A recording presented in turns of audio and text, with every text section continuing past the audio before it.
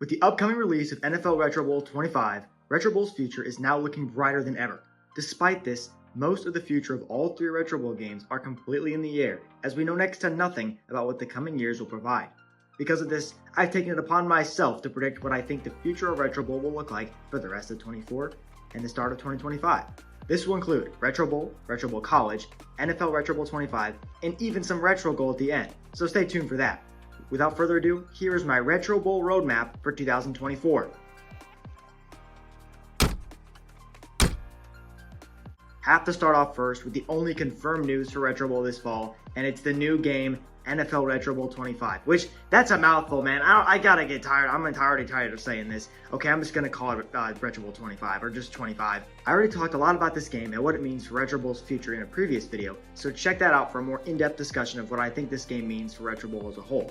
In case you don't know, this game will be in partnership with the NFL and NFL Players Association, which means that real NFL players will be on the base rosters. We've only got a couple paragraphs of confirmed information about what this game will be like exactly. This is all I got. This is all I got. So a lot is still up in the air, although more has been revealed since my last video.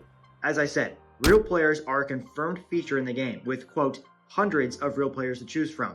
Some pictures have been released showing players like Josh Allen and Jordan Love, but they also show players like Blaine Gabbert as the starting Chiefs quarterback, and teams lacking key players, so I'll wait for full rosters to be released to talk about who exactly is in the game. We know that these players will all have unique player art and accurate career statistics, attributes, and contracts. From screenshots, we've all seen that the fields will feature pixelated team logos in the center and NFL logos at the 25-yard lines. The last feature confirmed as of August 9th when I'm recording this is that the opposing team's defensive star players will be shown during live games. Beyond those points, everything else is my speculation and prediction for what will be added. Some of these are admittedly very hopeful, but I'm certain at least a couple will make it into this game. Building off of the defensive star players, I'm very hopeful that this game will be the first to feature rosters for all teams in your league, aside from just your own, akin to the roster system in Hoopland, kind of the basketball version of Retro Bowl. Different developer, but you know, we can dream it'll be like Hoopland. Building off of this, I think the league-wide statistics and stat leaders will be available across the league. This is something that was actually teased incredibly early in Retro Bowl's development, but has obviously been completely scrapped, which is very disappointing. I've made concepts before showing what I think this would look like, but I think being able to see all the stats from across the league would really help sell the immersion built from having real NFL players. Like I said in my last video, I also predict that we may see some new dilemmas and the possible removers of others that dive into topics like substance abuse and domestic violence. I'm not sure how much the NFLPA will allow in this regard because, as we know, stuff like that is still an issue in today's society. And I wonder, if they're going to have like speeding and stuff on there too, because no one in the NFL can drive, apparently. One more prediction I have is that trading will be updated. With real players around the league, it's a great opportunity to update the somewhat lackluster trading system. I could see the option to trade players for players back as opposed to just picks, but I doubt anything with great depth will be added here. Retro Bowl 25 is definitely going to be the biggest addition to the Retro Bowl catalog this year, but I still think that the other games will have somewhat significant updates, starting with Retro Bowl. I don't think Retro Bowl is going to go all out with this first update of the NFL season. Instead, I'm thinking it's going to be a smaller update right around the start of the season that refreshes the game and adds a couple of easy quality of life changes. First, Retro Bowl is going to do what they do every season and update the team uniforms and base overalls when starting new saves. This is something I believe they've done every year, and I've got no reason to believe they won't do it this year. I know the Jets and the Lions have new uniforms, and quite a few teams have new throwbacks and other jerseys that might make it into the game. Another simple update I think they'll make is add a couple of new dilemmas to the game. I'm not sure when the last time new dilemmas were added to the game was, or how often they add new dilemmas, but it will be a welcome addition to the game that isn't really intensive to do. Maybe they'll add the option for multiple dilemmas in a week, like Retro Bowl College, but who knows? Speaking of Retro Bowl College, I think they'll add some of the player faces from RBC to the base game, and maybe some of the possible new faces in NFL Retro Bowl 25. I could see something else small being added in here. I mean, I'd take literally anything at this point, but I foresee them keeping this update relatively small and unimpressive, tiding over Retro Bowl fans until the next update, which I see being around the end of the year. But before anything like that, I think we'll see a desperately needed update for Retro Bowl College, which I've dubbed. As the name suggests, this update would allow for Retro Bowl College to catch up to the base game's features and updates. Headlining this update would be simulation games and sim intervention, much like the base game. Simon, the lead developer for Retro Bowl, has stated numerous times that he wants to wait until he's happy with the balancing before he adds simulation to the game, so I'm assuming a couple final tweaks would be completed in this update to satisfy him.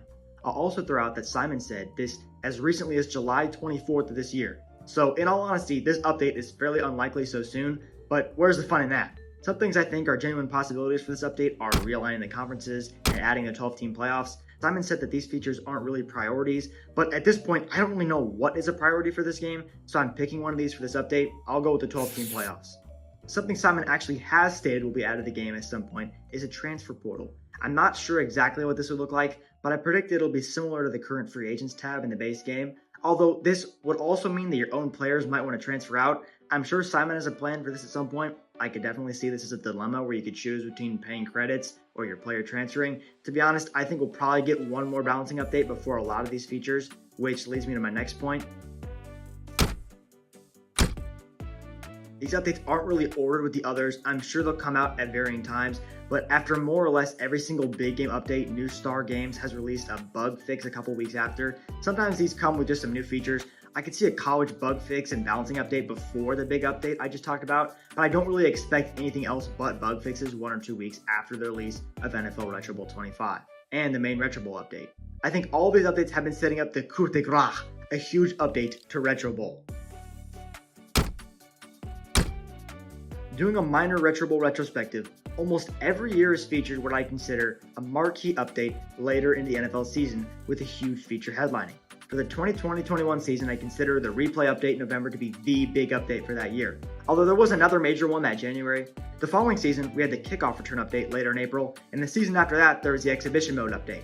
Last season, I guess I go with the sim interruption update, but you can notice from the patch notes that these updates have had a continuous decrease in features outside of the headliner. I'm predicting a much bigger update than usual in the past few years, so I'd probably move this update to January or February, maybe even later. I've mulled over a lot of options for what the headlining feature for this update would be, including punt returns, maybe a new trade block, but I went with something that's already in one of the Retro Bowl games today. Not Retro Bowl College, but Retro Goal. Surprising since the game hasn't been updated in a decade, but I'll get to that later. There's one thing that was in Retro Goal at release that I've honestly wished Simon would add to Retro Bowl for a while, and that is unique player traits. If you haven't played Retro Goal, players have a chance to generate with one of 13 traits in the game, which act as unique quirks that can differentiate players. These are both good and bad traits, and I'll give an example of each. For a good trait, I think Tireless is a good example. Tireless gives the affected player superior stamina regardless of age. I'll go with Sick Note as a bad trait, which makes certain players' injuries take longer to heal.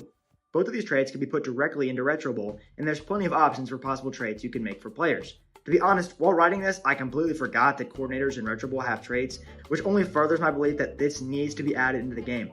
Coordinators don't have bad traits, but I think it's important that there are options in players. It gives a ton of more depth and complexity to decision making in the game without really boosting storage space, a common concern of Simon's, and there's so many possibilities for what traits could be added. Thinking about other smaller features for this update, a new route or even traits for coordinators could be a small change that makes a big impact. I'm also going to add the ability to punt, kick, or go for it past midfield, the lack of which has always bugged me. I could also see something like viewing stats at halftime, another quality of life update that would be universally appreciated. But that's pretty much all I've got for Retro Bowl in 2024 and the start of 2025. Definitely a lot of wishful thinking here, but I'd really be happy with half of this stuff, or even a quarter of this stuff at this point. We just need an update. It's important to give the creator time and space to create these games, but a lot of these features are, in my opinion, minor and fairly easy to add. But I'm not a game developer or a coder, so what the hell do I know? The final thing I'm going to go over in the video today really quickly is probably the least likely of them all, and it's a Retro Goal update. I don't see anyone ask about it. I don't really know anyone who plays it. I played soccer, and I never really played Retro Goal, but it hasn't received an update in 8 months, which kind of sucks if you're one of the 4 people that play it. So it can be a really fun game, and with support, I think it'd be interesting to see where the game stands.